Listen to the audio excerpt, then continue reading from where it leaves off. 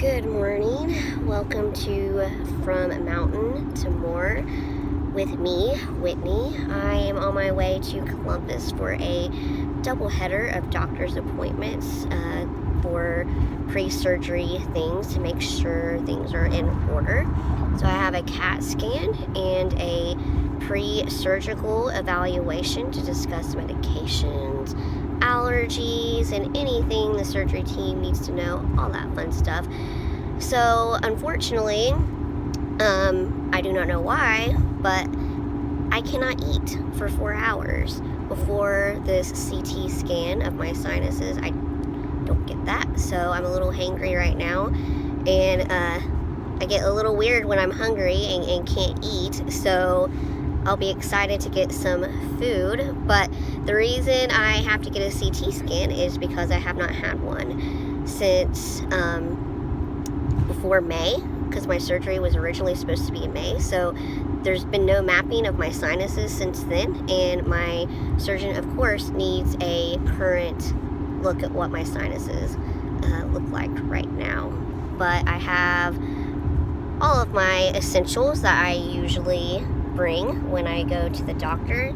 See my pillow. You can see my medical album that has all of the essential information that the providers need to know. Of course, always need a good book, which I have that. And since I'm hacking and coughing, cough drops are now essential. And every rider usually brings something to write with, so my laptop is with me. Even if I don't write on this trip, I just am comforted to know that I have my laptop. So let's get this thing started, and let's get that much closer to surgery to help me feel better. So here we go. Hey everyone, so I am here in the waiting room, waiting to get my CAT scan done. I passed the COVID inspection, as you can see, with my little sticker here. No temperature, and I was able to answer all the questions that they needed to give me safe entry into the hospital.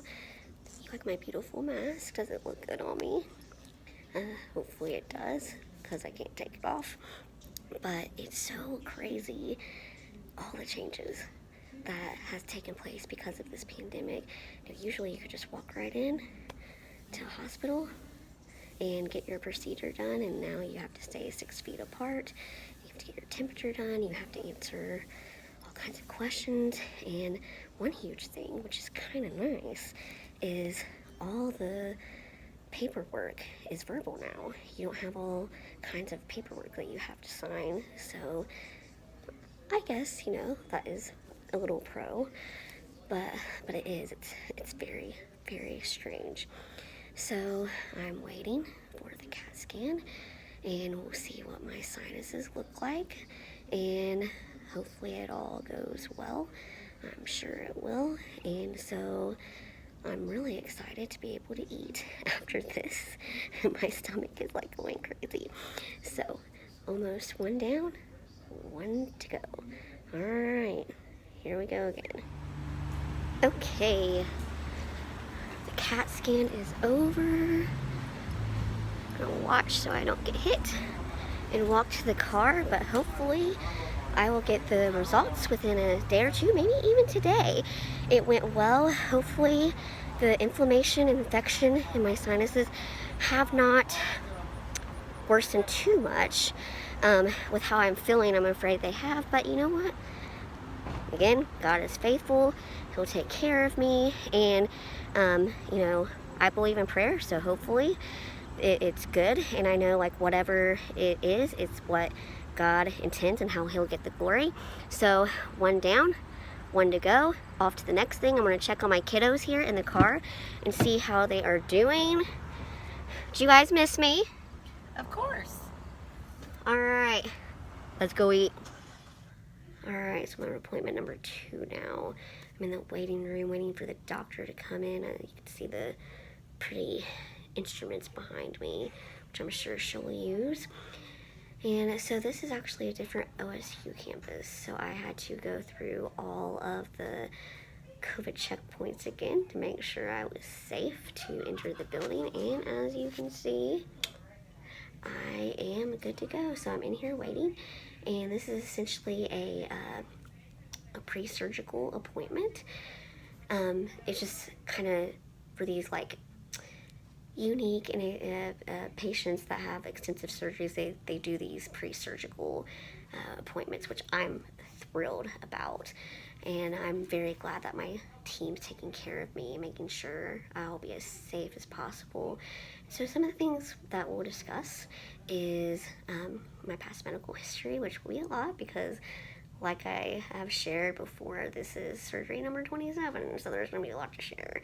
But I have my medical album, so I'm good to go with that. Some things she'll probably ask about my medications, my allergies. She'll also ask about my airway and see how small or big it is.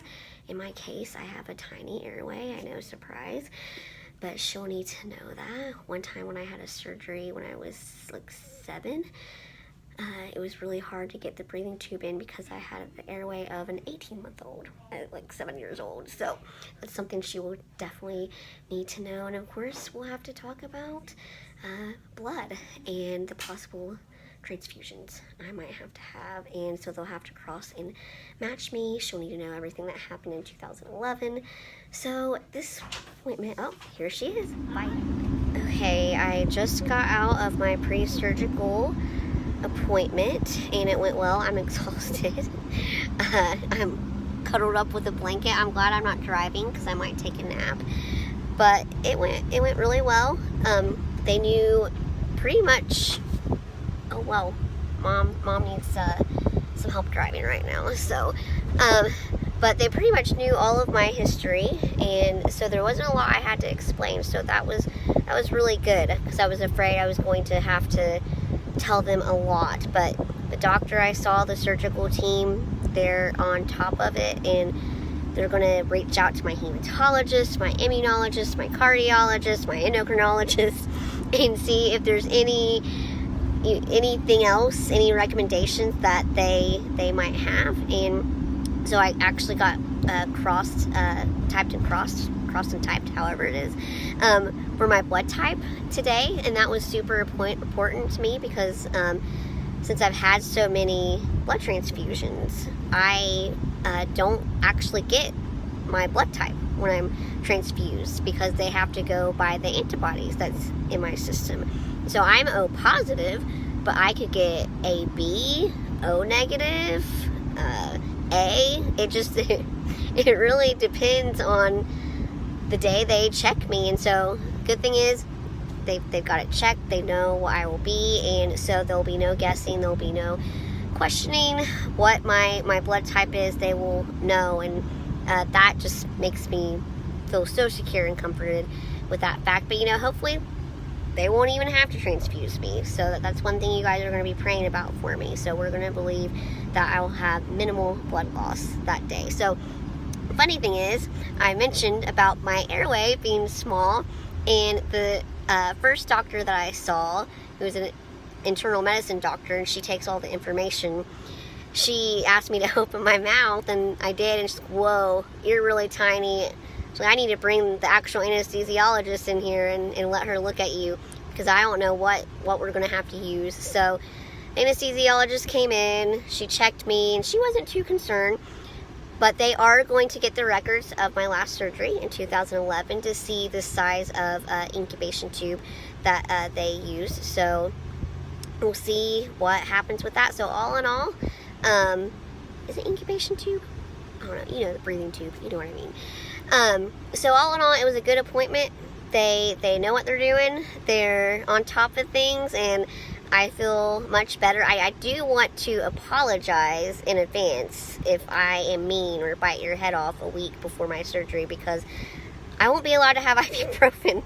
And not only does that help the inflammation in my sinuses, it helps my arthritis. So if I'm uncharacteristically mean or snap at you, then just please bear with me. I apologize. I'm very sorry. But, you know, it is what it is. And so I am, you know, looking forward to the surgery and the fact that I will hopefully get my quality of life back. And I just feel like this is one thing God's going to use to get me that much closer to, you know, my complete healing here on earth. And so I am definitely looking forward to that. So check, we're done, and next thing is on Friday. So bye for now.